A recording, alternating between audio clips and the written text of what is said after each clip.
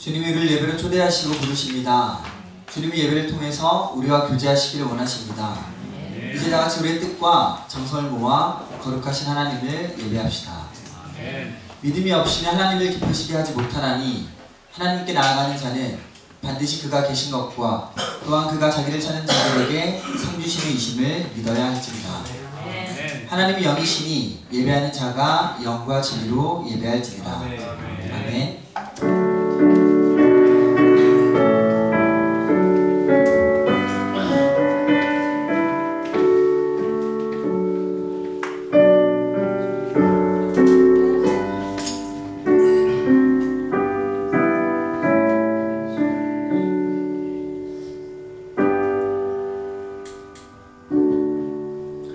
같이 사도신경으로 우리의 신앙을 함께 고백하시겠습니다.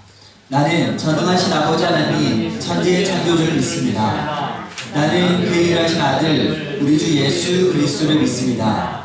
그는 성령으로 잉태되어 동정녀 마리아에게서 나시고 본디오 빌라도에게 고난을 받아 십자가에 못 박혀 죽으시고 장사된 지 사흘 만에 죽은 자 가운데서 다시 살아나셨으며 하늘에 오르시어 전능하신 아버지 하나님 우편에 앉아 계시다가 거기로부터 살아있는 자와 죽은 자를 심판하러 오십니다. 나는 성령을 믿으며 거룩한 공교회와 성도의 교제와 죄를 용서받는 것과 몸의 부활과 영생을 믿습니다. 아멘. 하나님 우리 자신의 죄와 허물과 잘못을 거짓없이 고백할 때 우리 가운데 용서의 손길을 허락하십니다. 이 시간 한 주간의 삶을 돌아보며 주님과 나만이 아는 죄를 가지고 주님께 참회의 기도를 드립시다. 함께 기도하겠습니다.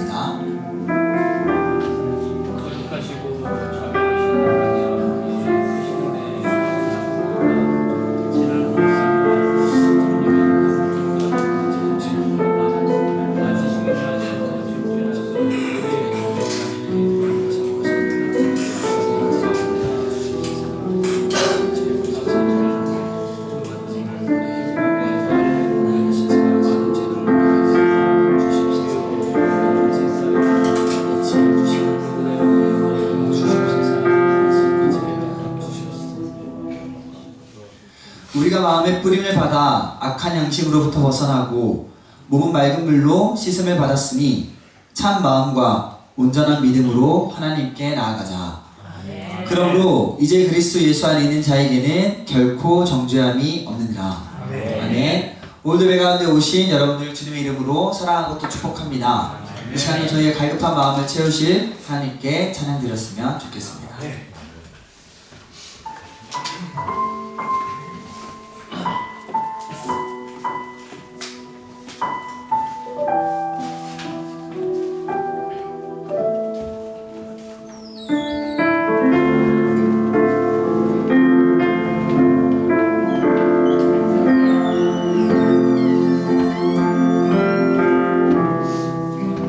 주께 와 엎드려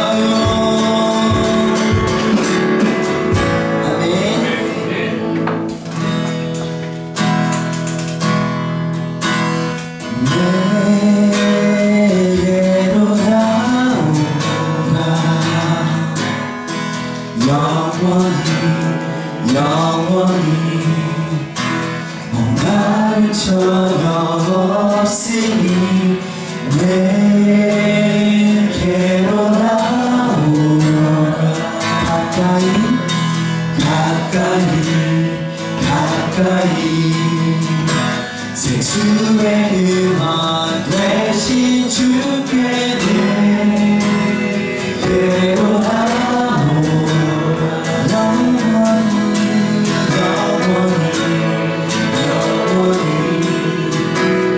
나를 전혀 없으니 내 괴로워하고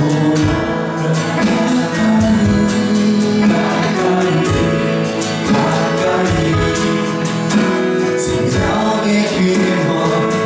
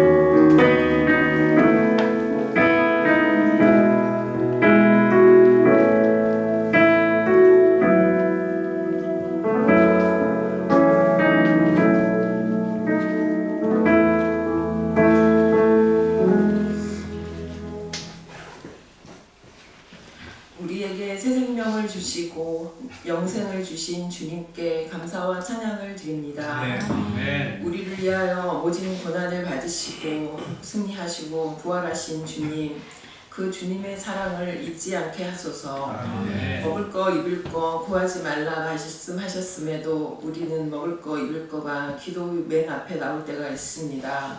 아버지께서는 우리에게 필요한 모든 것을 알고 계신다 하셨습니다. 우리가 구할 것은 성령 구하라 드들이라 그러면 열린다 하셨습니다. 아멘. 지혜를 구하는 자에게 꾸짖지 아니하시고 후히 주시는 주님, 지혜가 부족한 저희에게 지혜가 가득하길 기도합니다. 아멘. 성령이 내 안에 계시면 그가 길을 알려주신다 하셨습니다. 아버지와 연합하여 그리스도인답게 살아갈 수 있기를 기도합니다. 아멘. 헛된 것과 거짓말을 내게서 멀리 하옵시며 나를 가난하게도 마옵시고 부하게도 마옵시고 오직 필요한 양식으로 나를 먹이시옵소서. 아멘. 지금 우리 현재 우리나라와 모든 세계에 끊이지 않는 전쟁과 재난, 반복되는 역사 속에서 우리 교회들의 길을 인도하시고 우리 교회들의 마음을 붙잡아 주시옵소서. 아멘. 마음을 다하여 여호와를 신뢰합니다. 아멘. 함께 모여 기도하고 찬양하고 여호와의 이름을 널리 알릴 수 있게 하옵소서. 아멘. 말씀으로 오신 주님, 오늘도 말씀으로 찾아와 주셔서 약한 자에겐 강함을, 위로가 필요한 자에겐 위로를, 부족한 자에겐 무엇이든 간에 부족함이 없도록 채워주시기를 아멘. 기도합니다. 사랑이 넘치시는 예수 그리스도의 이름으로 기도드립니다. 아멘.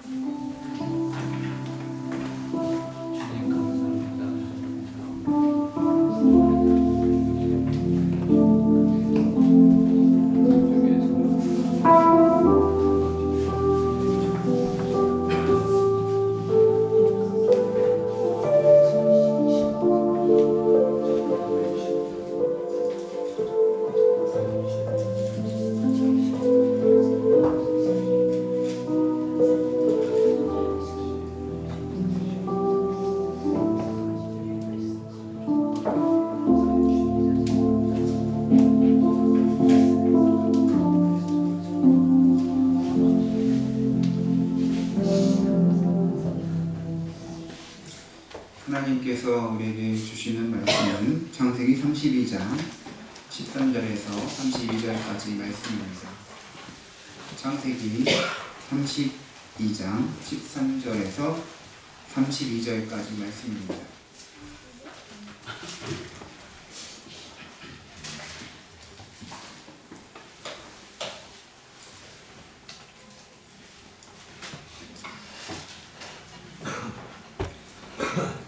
야곱이 거기서 밤을 지내고 그 소유 중에서 형 에서를 위하여 예물을 택하니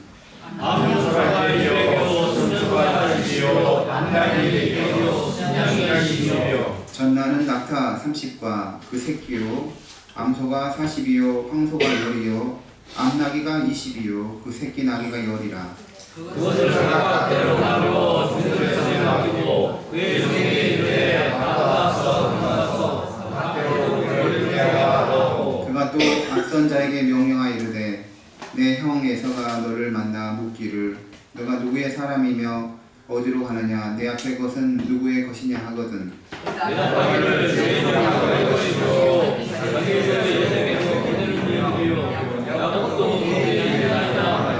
그 둘째와 셋째와 각 때를 따라가는 자에게 명령하 이르되 너희도 에서를 만나거든 곧 이같이 그에게 말하고 너희를 나라기를 주에서 야곱이 우리에게 기도하나니 이는 야곱의 나라기를 내가 내 앞에 보내는 예물로 형의 감정을 구해 되면 형용사를 받아들여라.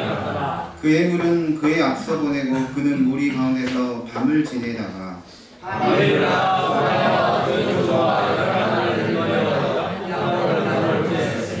그들을 인도하여 시내를 건너가게 하며 그의 소유도 건너가게 하고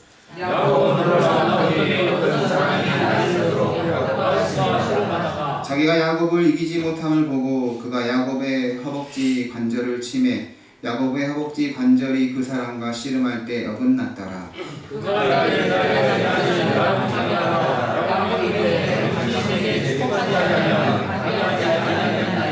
그 사람이 그에게 이르되 너의 이름이 무엇이냐? 그가 이르되 야곱이니이다. 그가 이르되 너희가 사실 야곱이라 부를 것이 아니요 이스라엘이라 부를 것이니 이는 내가 하나님과 상상하다가 이르렀습니다. 야곱이 청하여 이르되 당신의 이름을 알려주소서. 그 사람이 이르되 어찌하여 내 이름을 묻느냐 하고 거기서 야곱에게 축복하니라. 그러므로 너희의 본 이름을 의뢰하라 하시니 그가 이르되 내가 하나님과 되었으나 내 생명이 영원하다 하니라. 그가 분이엘을 지날 때 해가 돋았고 그의 허벅지 다리로 말미암아 절었더라. 그 사람이 야곱의 허벅지 관절에 있는 둔부의 일주를 쳤으므로 이스라엘 사람들이 전까지 허벅지 관절에 있는 둔부의 일주를 먹지 아니하더라. 아멘. 이 시간에 김광선 전사님께서 하나님께 찬양과 영광을 드리겠습니다.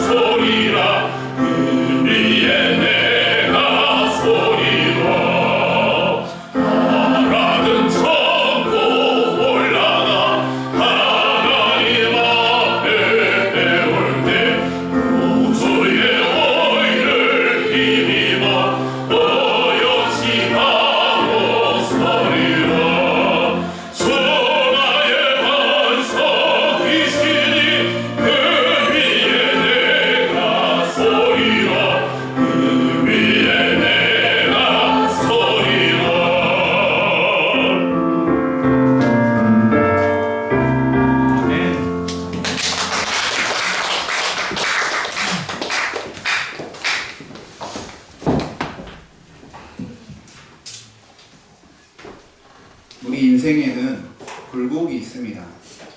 평탄한 곳을 지날 때도 있지만 높은 산을 오르듯 힘들 때가 있습니다. 또 인생의 비참함을 경험하는 깊은 골짜기로 내려갈 때도 있습니다. 또한 우리 인생은 마치 바다에서 돛담배를 타고 항해하는 것과 같습니다. 순풍을 만날 때는 별로 노력하지 않아도 배가 앞으로 잘 가지요. 노를 저어도 순풍으로 인해서 쉽게 앞으로 갑니다. 반면에 역풍을 만날 때는 아무리 노를 저어도 앞으로 가지 않게 됩니다. 하지만 어떤 인생도 항상 순풍만 있는 것도 아니요, 또 어떤 인생도 항상 역풍만 있는 것도 아닙니다. 순탄하고 평탄할 때도 있지만 위기와 어려움을 만날 수도 있습니다. 그게 우리의 인생인 것이죠. 오늘 우리가 읽었던 야곱에 대한 말씀은 더욱 그렇습니다. 야곱의 인생에는 굴곡이 많았습니다. 야곱은 장자의 축복을 얻기 위해 아버지 이삭과 형 에서를 속였습니다. 동생에게 속은 형 에서는 야곱을 죽이려 했습니다. 그 사실을 알게 된 야곱은 혼자서 멀리 외삼촌 라반의 집으로 도망가게 됩니다. 집을 떠나서 베델이라는 곳에서 혼자 잠을 자는데 야곱은 그곳에서 하나님께서 야곱과 함께 하시겠다고 약속해 주셨습니다. 아멘. 내가 너와 함께 있어 너가 어디로 가든지 너를 지키며 너를 이끌어 이 땅으로 돌아오게 할지라. 내가 내게 허락한 것을 다 이루기까지 너를 떠나지 아니하리라. 아멘. 야곱은 삼촌 라반의 집에 살면서 이 삼촌의 두 딸, 첫째 언니 레아와 결혼하고 후에 둘째 동생 라헬과 결혼합니다. 처음에 레아와 결혼할 때 야곱은 그가 사랑한 라헬인지 알았지만 알고 보니 삼촌은 야곱을 속이고 언니 레아를 아내로 먼저 주었습니다. 그리하여 야곱은 라헬과 결혼하기 위해서 동생 라헬과 결혼하기 위해서 총 14년을 삼촌을 위해서 종처럼 일해야 했습니다. 라헬과 결혼한 후에도 삼촌의 양떼를 위해서 6년간 더 일해야 했습니다. 총 20년 동안 삼촌을 위해서 종이 되어서 야곱은 일했습니다. 하지만 그 속에서도 하나님은 야곱을 축복하시고 야곱의 재산을 삼촌보다 더 많게 하여 주셨습니다. 그리고 결국 20년 후에 야곱은 삼촌의 집에서 나와 다시 고향 땅으로 돌아오게 되는 것이죠. 삼촌 라반의 집에서 살아온 20년의 인생도 쉽지 않았는데 이제 고향 땅으로 돌아가야 하는데 더 큰 위기가 앞에 놓여 있는 것입니다. 다름 아닌 형 에서를 만나야 하는 것이죠. 20년 전에 형을 속이고 장자의 축복을 대신 받았는데 형 에서가 자기를 어떻게 대할지 모르는 것이죠. 야곱은 형을 생각하면서 두려운 마음을 가졌습니다. 형의 마음이 여전히 원한과 분노와 살기로 가득 차 있으면 어떡하지? 형이 우리 가족을 공격하면 어떡하지? 그런 두려운 마음이 든 것입니다. 그 두려운 마음을 가지고 있는 야곱에게 하나님의 사자들이 나타납니다. 그게 창세기 32장 앞에 나오는 구절입니다. 하나님의 사자가 야곱을 만나서 두려워하지 말라고 격려합니다. 그래서 야곱은 그 하나님의 사자들을 가리켜서 하나님의 군대라는 뜻에서 마하나임이라고 불렀습니다. 하나님의 군대를 만나면서 야곱은 깨달았어요. 하나님의 군대가 함께하기에 하나님은 나를 보호하시고 보존하실 것이라는 그런 믿음을 가지게 된 것입니다. 아멘. 하나님의 군대 마하나임을 만났던 야곱은 세일 땅에 살고 있는 형 에서에게 호의를 얻고자 하여 자기보다 앞서 그의 종들을 보내고 야곱의 선한 마음, 그 선물을 형에게 전해야겠다 생각을 하지요. 그게 창세기 32장 우리 읽지 않았지만 4절에서 6절까지 나옵니다. 형 에서에게로 자기보다 앞서 사자들을 보내며 그들에게 명령하여 이르되 너희는 내 주 에서에게 이같이 말하라. 주의 종 야곱이 이같이 말하기를 내가 라반과 함께 거류하며 지금까지 머물러 있었사오며 내게 소와 나귀와 양떼와 노비가 있으므로 사람을 보내어 내 주께 알리고 내 주께 은혜 받기를 원하나이다 하라 하였더니 사자들이 야곱에게 돌아와 이르되 우리가 주인의 형 에서에게 이른즉 그가 400명을 거느리고 주인을 만나려고 오더이다. 야곱은 그의 종들에게 형 에서에게 이렇게 말하라고 하지요. 형을 가리켜서 내 주 에서 이렇게 부르게 합니다. 나의 주인 에서 하면은 자기에 대해서는 한없이 낮추어서 주의 종 야곱 이렇게 부르게 합니다. 그리고 형에게 줄 선물이 있다고 말하면서 형에게 호의를 얻고자 노력하죠. 그러니까 야곱은 지혜를 내어서 한편에서는 정말 겸손한 태도로 자신을 낮추고 형을 이렇게 높여주고 있습니다. 그뿐 아니라 이 선물 공세로 이 형의 마음을 사고자 했습니다. 그러니까 야곱은 그가 할 수 있는 것에 있어서 정말 최선을 다합니다. 실제로 야곱은 형 에서를 만날 때 사람들의 무리와 그 가축들을 선물들을 세 때로 나누어서 에서를 만나게 합니다. 먼저 그 한 무리 한 때의 이 선물을 형에게 주어서 형의 마음을 풀고자 했던 것이죠. 다시 두 번째 때의 예물을 그 에서에게 주어서 그의 마음이 풀리게 하는 것이죠. 이게 다 야곱이 주는 선물입니다. 이렇게 말하게 하죠. 마지막 세 번째 때를 보내어 그가 보낸 예물을 보고 마음이 풀리기를 바랬던 것이죠. 형이 자기를 받아줄 수 있는 정말 계획을 세우고 그 계획대로 철저하게 실행을 합니다. 야곱은 하나님을 믿고 의지하였습니다. 그러면서도 자기가 해야 할 것은 충실하게 정말 정성을 들여서 했던 것을 알 수가 있는 것이죠. 바로 이 사실은 우리 성도에게 어떤 교훈을 줍니까? 성도도 자기가 해야 할 일을 정말 최대한 해야 한다는 것이죠. 하나님을 의지하면서도 그 지혜를 다 동원해서 주어진 일에 대해서 성실하게 최선을 다해야 한다는 것이죠. 학생은 정말 하나님을 의지하면서 학업에 최선을 다해야 돼요. 학교생활 최선을 다해야 합니다. 또 이 직장을 구하는 사람은 이 직장을 위해서 최선을 다해야 돼요. 이력서를 한 군데, 두 군데 넣었다고 안 됐다고 포기하지 말고 정말 될 때까지 된다는 마음으로 최선을 다해야 합니다. 직장생활 들어가서도 교만하지 않고 감사하게 하나님 나에게 주신 것이다. 감사하게 최선을 다해야죠. 결혼에 있어서도 정말 감사하면서 배우자를 감사하면서 자녀를 출산하고 양육하는 것도 힘들다고만 생각하지 말고 정말 감사하면서 최선을 다해야 하는 것이죠. 인간사의 모든 것에서는 항상 하나님의 은혜가 전제되어야 합니다. 하나님의 은혜 없이는 어떤 것도 제대로 될 수가 없어요. 하지만 그렇다고 해서 인간적인 계획도 없거나 인간적인 노력을 다 무시해서는 안 됩니다.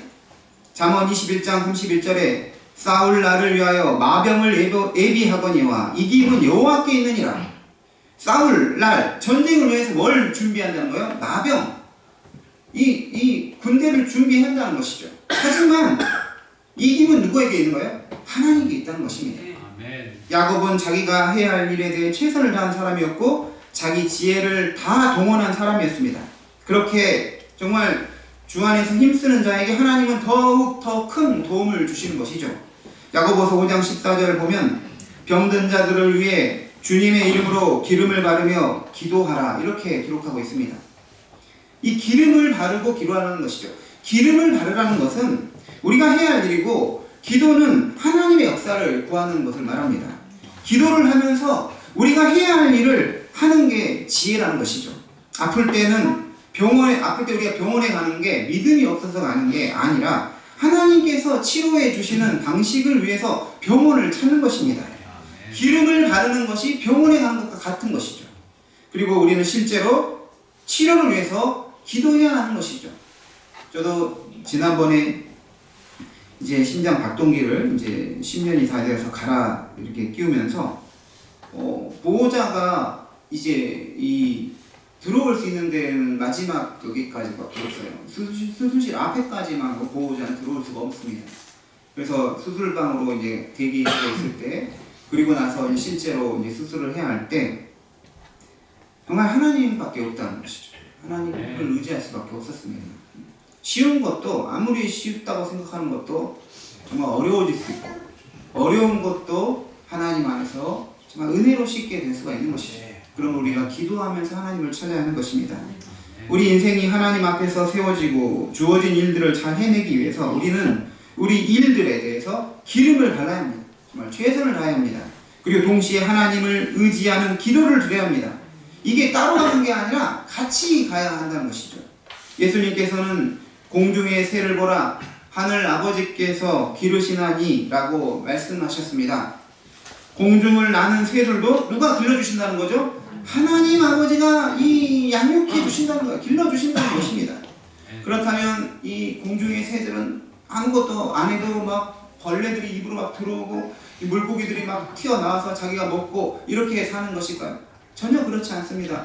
제가 프랑스에서 유학할 때 안시라는 이 호수가 있는 도시에서 8개월 살았는데 정말 깜짝 놀라는 게 뭐냐면 새들이 공중에서 얼마나 호수로 얼굴과 몸을 쳐박는지 모릅니다. 계속 쳐박고 나오면 물고기가 없기도 해요. 하지만 어떨 때는 쳐박고 나서 물고기 낚아채서 먹습니다. 누가 다 먹이시는 거예요? 하나님이 하시지만 이 새들도 정말 최선을 다하죠. 이 물고기 잡으려고 얼마나 노력하는지 모릅니다. 그렇게 열심히 살기 위해서 발버둥 칠 때 그 속에서도 궁극적으로 하나님의 은혜가 있게 되는 것이죠. 야곱은 할 수 있는 지혜로운 방법, 인간적 방법으로 최선을 다합니다. 그렇다면 그렇게 하면 에서의 마음이 풀려서 야곱을 받아주고 다시 이 야곱과 좋은 관계가 될 수 있는 것일까요? 사실 이런 방법이 어느 정도 효과가 있을 줄 모르지만 그것이 모든 것을 다 해결해 주는 것은 아니다라는 것입니다. 그래서 야곱은 어떻게 합니까? 궁극적으로는 하나님을 붙들면서 하나님과 대면하는 시간을 갖습니다.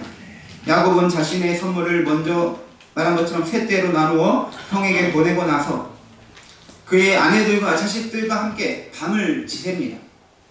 그런데 22절, 오늘 말씀 읽었던 22절을 보시면 밤에 일어나 두 아내와 두 여종과 11아들을 인도하여 야복나루를 건너게 했다는 것이죠. 그리고 나서 24절에서 야곱은 홀로 남았다 그랬어요. 홀로 남았다. 여기서 왜 야곱은 사랑하는 자기 가족과 아내와 또 자기 소유를 다 보내고 혼자 남은 것일까요? 마침내는 야곱이 하나님과 대면해야 했기 때문인 것입니다. 하나님과 대면해야 할 시간을 가져야 했기 때문이죠. 하나님과의 만남의 시간, 곧 기도를 통해서 이 위기에서 승리를 해야 했기 때문인 것입니다. 야곱은 내일이면 형을 직접 만나게 됩니다. 그런데 현재까지 아직까지도 형 에서가 자기에게 어떻게 나올지 확신이 없어요. 지금이 정신적으로 가장 연약하고 불안한 상태가 아닐 수 없습니다. 형이 미친 사람처럼 자기와 자기 가족들을 다 해치고 정말 400명을 지금 데리고 온다잖아요. 자기 소유까지 다 빼앗기고 결국 이대로 야곱의 인생은 허무하게 끝날 것인가? 아니면 형과 극적으로 화해하게 될 것인가? 알 수가 없는 상황입니다. 지금 야곱의 심리 상태는 바닥인 것이죠. 어떤 것도 자신할 수 없고 불안한 상태로서 약하디 약한 상태입니다. 인생의 최대 위기 앞에서 침체와 불안을 겪고 있는 야곱은 어떻게 하죠? 가족들을 다 야복강 건너게 한 후 홀로 하나님과의 시간을 갖는 것입니다. 그런데 여기서 이런 생각을 할 수도 있습니다. 야곱은 가족들 보내지 말고 가족들과 합심하여 같이 기도하고 하나님 찾아야 하는 거 아닙니까? 맞지요? 우리는 가족이든 교회든 누구든 함께 기도하면서 하나님을 찾아야 합니다. 그럴 때가 있어요. 하지만 하나님 앞에서 홀로 있어야 할 때도 있다는 것이죠. 바로 지금은 야곱의 인생에서 홀로 하나님과 1대1로 대면해야 할 시간이다라는 것이죠. 예수님께서는 우리의 죄를 위해 십자가를 져야 하는 고난의 길, 죽음의 길을 가셔야 했습니다. 그 십자가의 길을 가기 전날 밤 예수님께서는 베드로, 야고보, 요한을 데리고 감난산에 오르셨습니다. 그때 예수님의 심정은 굉장히 힘들었어요. 예수님은 제자들에게 이렇게 말했습니다. 내 마음이 심히 고민하여 죽게 되었으니 내 마음이 너무 괴롭고 힘들어서 죽을 것 같다는 것이죠. 너희들도 함께 기도하자라고 세 제자에게 말했습니다. 그런데 예수님은 거기에서 세 제자들 데리고 산에 올라갔지만 제자들을 떠나서 홀로 하나님과 독대하는 시간을 가집니다. 누가복음 22장 41절을 보면 그들을 떠나 돌 던질 만큼 가서 무릎을 꿇고 기도하여 이렇게 기록하고 있어요. 돌을 던질 거리란 돌을 던질 만한 거리로 떨어져서 예수님께서 아버지 하나님께 땀방울이 핏방울 되도록 간절히 기도했습니다. 하나님의 아들이신 예수님도 십자가 구원의 길을 가기 전에 하나님과 1대1로 홀로 대면하는 시간을, 기도의 시간을 가졌다는 것이죠. 이런 이유에서 우리도 홀로 있는 시간이 필요합니다. 예수님은 제자들과 함께 있으면서 또 많은 사람들을 만나 천국 복음 전파하고 병든 자를 치료하는 사역을 하는 그런 분주함 가운데서도 한적한 곳으로 가서 홀로 기도하는 시간을 가지셨습니다. 요한복음 6장을 보면 보리떡 5개와 물고기 2마리로 5,000명을 먹인 사역을 한 후에 예수님은 혼자 산으로 가셔서 하나님과 시간을 갖습니다. 이 시간이 중요한 것이죠. 예수님께서는 마태복음 6장 6절에서 너는 기도할 때 너의 골방에 들어가 문을 닫고 은밀한 중에 계신 너의 아버지께 기도하라. 은밀한 중에 보시는 너 아버지께서 갚으시리라 말씀하셨어요. 예수님은 우리에게 성도에게 골방에 들어가라라는 것이죠. 골방은 무엇입니까? 하나님께 조용히 기도하며 교제하는 시간을 가지라는 것이죠. 헤르만 바빙크라는 신학자는 그리스도인의 영적인 삶에 대해 말할 때 혼자 있기라는 주제를 다루었습니다. 같이 해보겠습니다. 혼자 있기. 바빙크는 그리스도인이라면 혼자 있는 시간을 가져야 한다고 했습니다.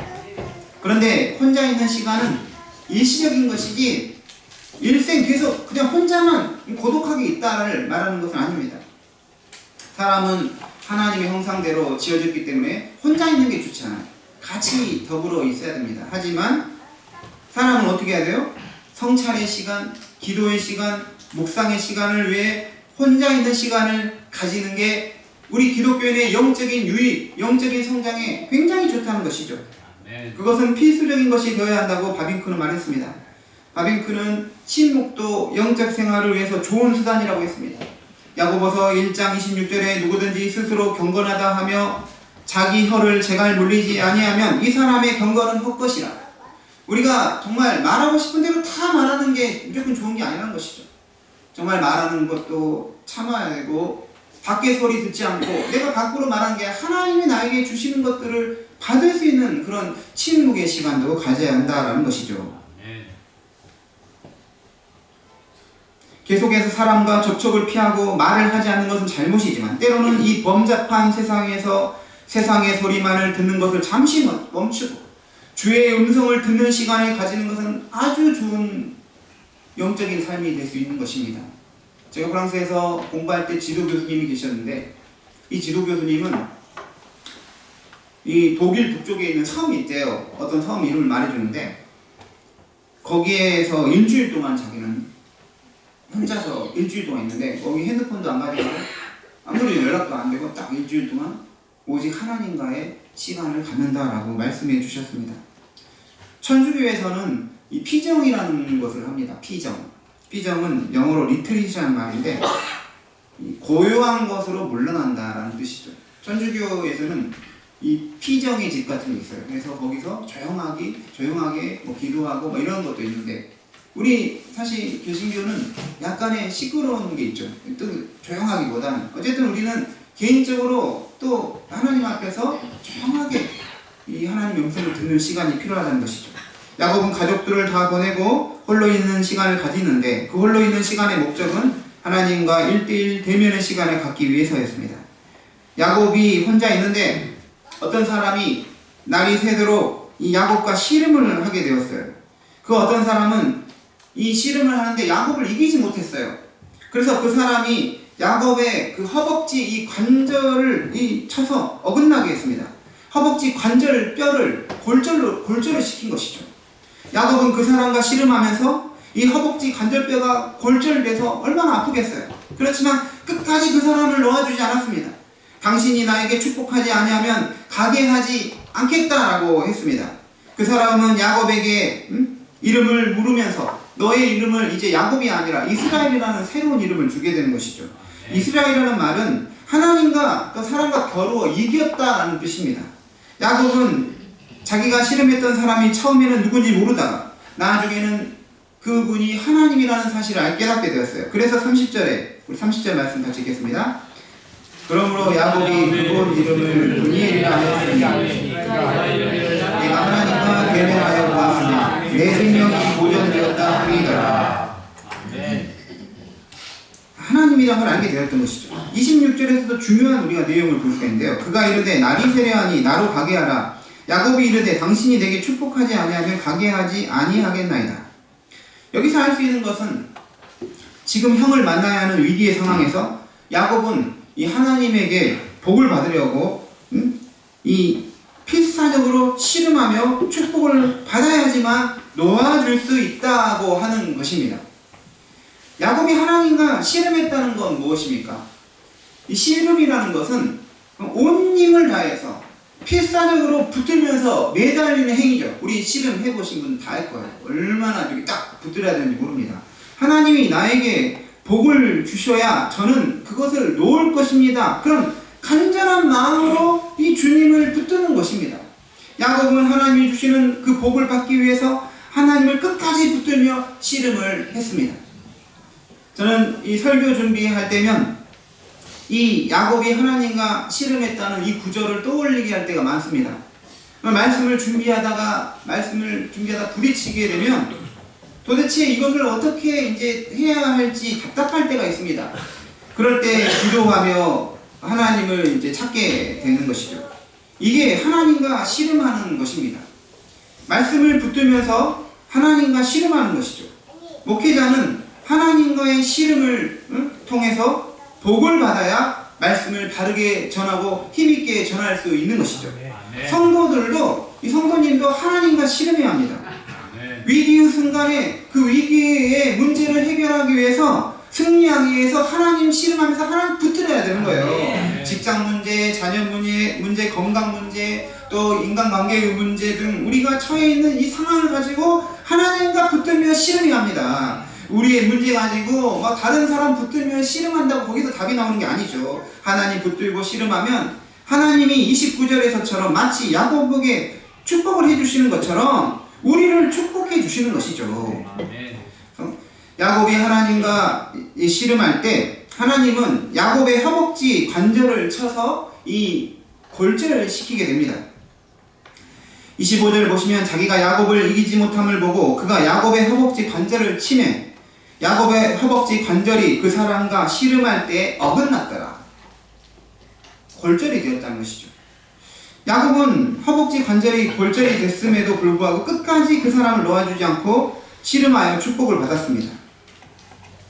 하지만 이 31절을 말씀 보면 그가 분이엘을 지날 때 해가 돋았고 그의 허벅 다리로 말미암아 절었다라고 기록을 하고 있습니다.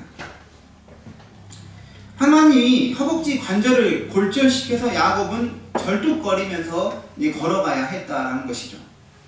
그렇다면 왜 하나님은 야곱의 허벅지 관절을 치셨던 것일까요? 허벅지 관절은 사람의 힘을 상징합니다. 허벅지 관절에서 사람 힘이 나오는 것이죠. 하나님은 야곱이 앞으로 그의 인생에서 승리하기 위해서 정말 역설적으로 야곱의 허벅지 관절을 쳐서 야곱을 약하게 만들어 버리신 것이죠. 고린도후서 13장 9절에서 주님께서 사도 바울에게 나의 은혜가 너에게 족하다. 이는 내 능력이 약한 데서 온전하여 짐이니라. 하나님의 능력은 우리가 강할 때가 아닌 약할 때, 그 약한 곳에서 온전해진다는 거예요. 우리가 약해질 때 하나님이 우리에게 강해지신다는 것이죠. 반대로 우리가 강할 때 하나님의 능력은 약하게 된다는 것입니다. 따라서 고린도후서 12장 10절 말씀처럼 내가 약한 그때의 강함이라가 진리의 말씀이 되는 것입니다. 그러므로 성도에게 진정한 축복은 강해지는 게 아니라 약해진다는 것입니다. 우리가 강하면 내 안에 있는 그 강함으로 싸워야 하지만 우리가 약하면 내 안에 계시는 하나님의 강함으로 싸울 수 있기 때문인 것이죠. 신앙의 본질이 바로 여기에 있는 것이죠. 야곱이 형을 만나러 갈 때 야곱이 더 강해져서 에서를 만나서 싸워서 이기는 게 아니라 하나님이 그 안에서 역사하기 위해서 야곱은 약해져야 했던 것입니다.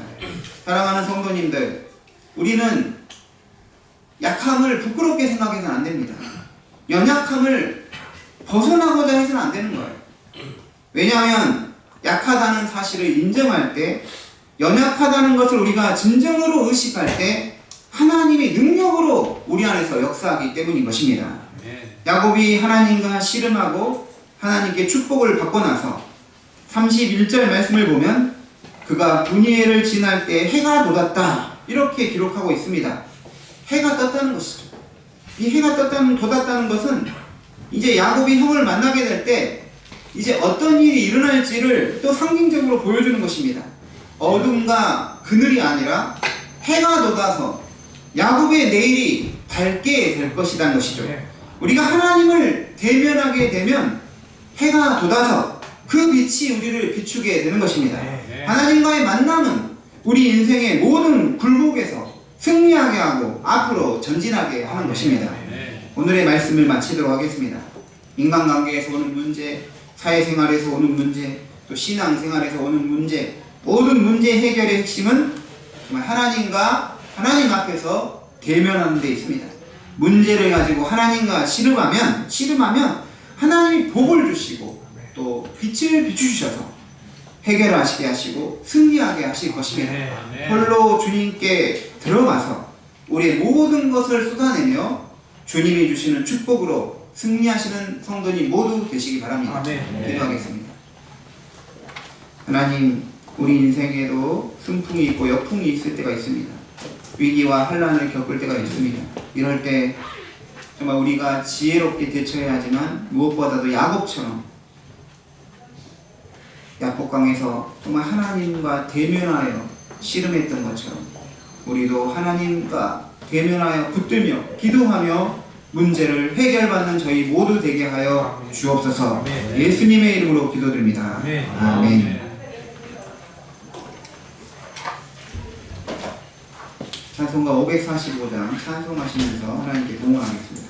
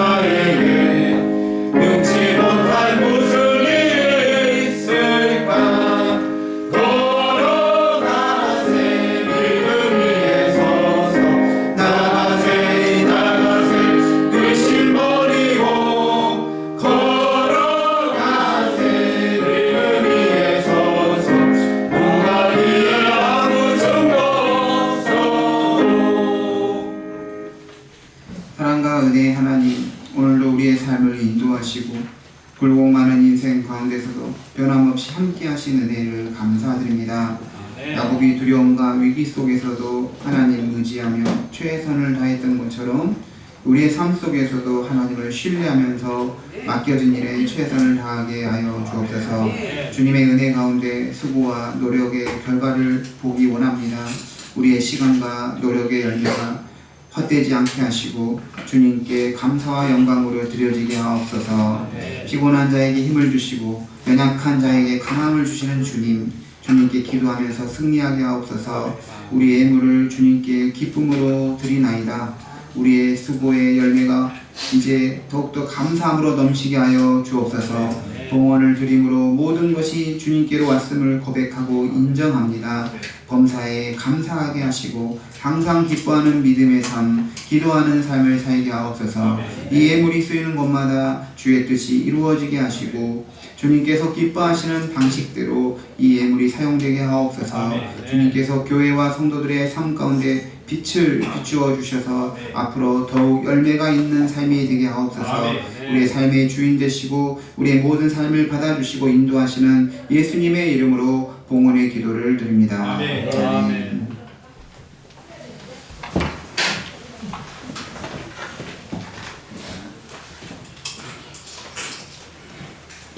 교회 소식 안내하도록 하겠습니다. 우리 옆에 분들과 인사하겠습니다. 무엇이든 최선을 다합시다. 주님과의 시간을 가집시다. 하나님과 씨름합시다. 저희 식사 후에 종교인 회의 있겠습니다. 우리 신재원 집사님, 김우리 집사님 가정 5월 중에 출산 예정입니다. 우리 성도님들 산모와 건강한 아이 건강하게 출산할 수 있도록 우리 기도해 주시고 또 믿음의 가정 될 수 있도록 기도해 주십시오. 우리 배송 형제님 다음 주 토요일 25일입니다. 24일이나 25일 날 이제 준비해오던 세무사 시험을 보게 되는데 기도해 주면서 담대하게 승리할 수 있도록 기도해 주시기 바랍니다. 그리고 우리 홍문엽 전도사님께서 우리 서울장신대 제가 출근하는데 수업에서 만난 우리 전도사님인데 예쁜 딸 데리고 이렇게 예배에 참석해 주셨습니다. 감사합니다. 우리 잠깐 기도하겠습니다. 하나님 아버지 신재원 집사님, 김우리 집사님 가정으로 세워주시고 귀한 자녀 허락하심 감사합니다. 이 자녀가 앞으로 부모의 사랑을 받고 또 하나님의 큰 축복 가운데 믿음으로 자라서 가정에서 부모를 기쁘게 하고 또 하나님의 나라와 영광을 위하여 살아가는 복된 자녀 되게 도와주시옵소서.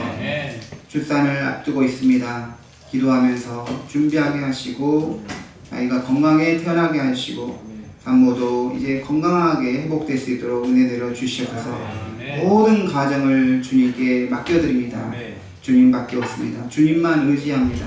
또한 우리가 할 수 있는 최선을 다하여 예비하고 준비하는 가정 되게 도와주시옵소서. 우리 배송 형제님 지금까지 열심히 준비했습니다. 이제 시험이 얼마 남지 않았습니다. 정말 마지막까지 최선 다하면서 꼭 필요한 내용들 잘 정리하고 머릿속에 잘 새겨서 시험에서 정확하게 정답을 쓸 수 있는 그 능력을 더해 주시고 또 하나님께서 시험장에 친히 함께 해주셔서 두렵고 떨리지 않고 하나님 바라보면서 담대하게 시험에 합격할 수 있도록 은혜 내려 주시옵소서. 우리 교회를 방문하신 우리 홍은혁 전사님 함께 예배하는 두 자녀들 아이들 양육할 때 주님께서 힘주시고 믿음으로 지혜롭게 잘 양육하여 그 아이들이 주 안에서 성장하여 하나님 기쁘시게 하는 건강한 아이들로 자랄 수 있도록 도와주시옵소서. 세워진 가정을 복되게 하시고 신학 공부 가운데 기쁨과 또 하나님 사랑하는 지식들을 잘 배울 수 있도록 은혜 내려 주시옵소서. 감사드리며 예수님의 이름으로 기도드립니다. 다 같이 일어나셔서 파송에 찬양하겠습니다.